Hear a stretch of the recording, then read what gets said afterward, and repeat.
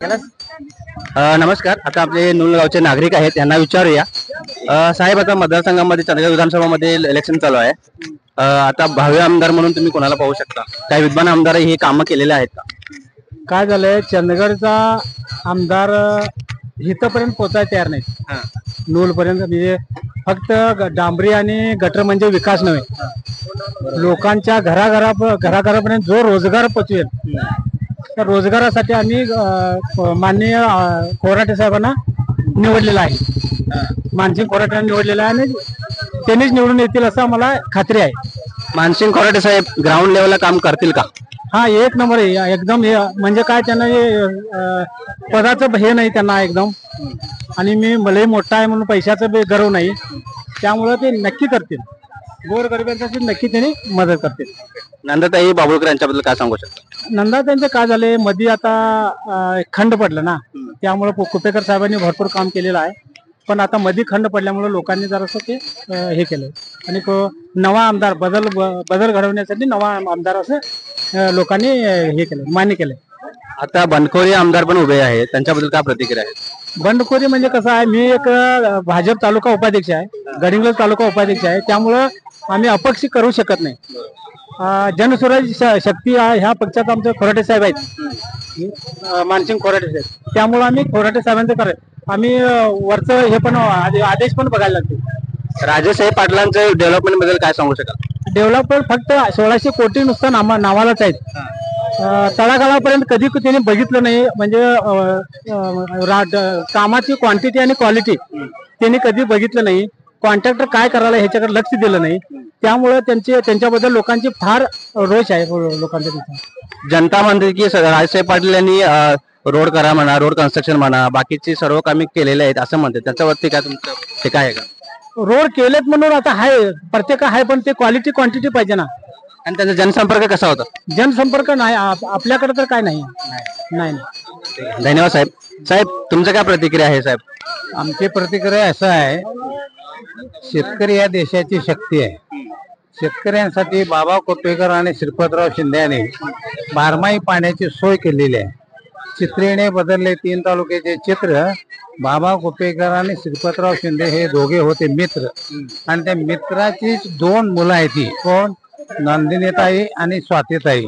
ते 2 दीप आहेत. त्यांच्या विचाराचा नंदादीप, स्वातीताईचा प्रेरणाचा दीप अखंड तेवत राहणार आहे. आणि जे आज निधी दिला जातोय त्या बाबा कुपेकरना, म्हणजे बाबुळकरच्या वडिलांनी त्याने नदी दिली. हे लोक निधी देत आले, त्यानं मात्र बारमाही पाण्याची सोय करायसाठी नदी दिली. नदी मळी इद्रेण हळी, हळी इद्रेण बेळी, बेळी इद्रेण रैतरा. शेतकरी देशाची शक्ती आहे. शेतकरी सुखी तर जग सुखी. आज काळाची गरज आहे. त्यांचा वारसा ते पुढे चालवालेत. त्यांचं लोकमत चांगलं आहे आणि ते बहुतेक तेच निवडून येतील असा एक माझा आत्मविश्वास आहे. काही लोकांनी देवळाला निधी दिली, बरोबर, आमचं काही चूक नाही. देवळाला नाही दिले, हे ग्रामस्थांच्या समाधानासाठी. देवळाला किंवा देवाला ही निधी राजकारणात समाजकारणात बसत नाही. ते शेतकऱ्यांच्यासाठी जर हे करायचं असतं, शेतकरी जर सुखी तर जग सुखी. शेतकऱ्यांच्या संपर्कात जो आहे तोच माणूस पुढे पुढे जाणार आहे. आणि शेतकऱ्याची शक्ती ही कायमची आमच्या 3 तालुक्याचे चित्र नक्की बदलू शकेल. पाण्याचा खजिना अखंड आहे. पाणी म्हणजे जीवन आहे. पाणी म्हणजे पैसा आहे. पैसा म्हणजे ऊस आहे. ऊस म्हणजे पैशाचा पाऊस आहे. आणि ही सुख समृद्धी अशी अखंड त्यांच्यापाशी लाभणार आहे. आणि ही ती लाभावी अशी आम्ही म्हणतोय.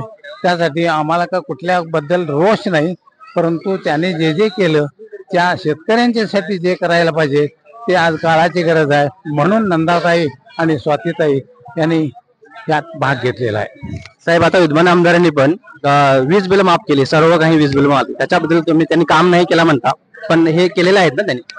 नाही, वीज बिल माफ केलं, परंतु वीज तुम्ही केव्हा देताय? रात्री झोपल्यावर. शेतकऱ्यांची थट्टा तुम्ही करताय. शेतकऱ्यांना तुम्ही दिवसा कधीही वीज दिलेली नाही.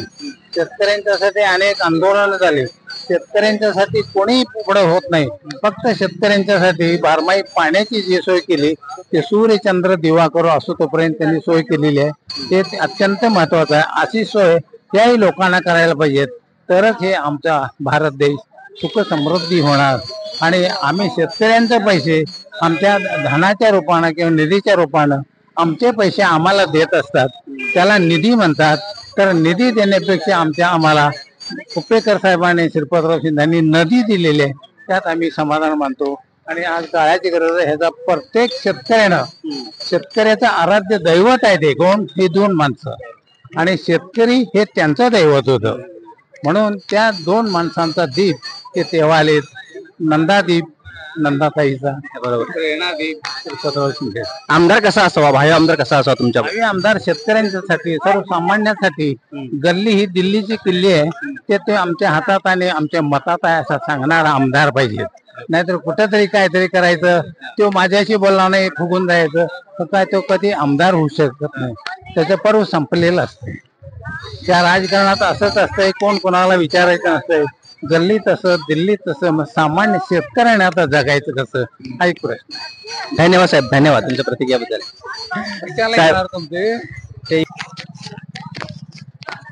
आता अजून एक आपले नागरिक आहेत, यांच्याबद्दल जरा प्रतिक्रिया विचारू. यांच्या काय आहे यांच्या प्रकारे. साहेब नमस्कार. आता मतदारसंघात चांदगाव विधानसभा मतदारसंघामध्ये मतदान चालू आहे, त्यांच्याबद्दल प्रतिक्रिया काय असेल तुमचा? हा, प्रतिक्रिया काय, आमची तेवढं काय अपेक्षा नाही. राजेश पाटील येतील. आता विद्यमान आमदारांच्या बद्दल, डेव्हलपमेंट बद्दल तुम्ही काय सांगू शकाल? काय समाधान जनसंपर्कामध्ये आहेत का त्यांनी? आहे जनसंपर्कात आहे. आता आपिसाहेब पाटील म्हणा, नंदाताई वागुळकर म्हणा, यांचं काय फटका बसेल का आता आमदारांना? नाही बसणार नाही, माझ्या माहिती तर बसणार नाही. ते पाहिजे. पण लोकांची प्रतिक्रिया असं आहे की विद्यमान आमदारांनी कामे केलेली आहे, जनसंपर्कात नाही, त्याच्याबद्दल काय प्रतिक्रिया? असं का नाही, कामं भरपूर केले त्यांनी, प्रत्येक गावात कामं भरपूर केलेलं आहे. म्हणजे त्यांचं काम पण चांगलं आहे आणि जनसंपर्क पण आहे तुमच्याबरोबर. काय व्यक्तिमत्व चांगलं आहे. व्यक्तिमत्व पण चांगलं आहे. आणि भावी आमदार म्हणून तुम्ही कोणाला पाहू शकता? राजेश पाटील. राजेश पाटील. धन्यवाद, धन्यवाद साहेब.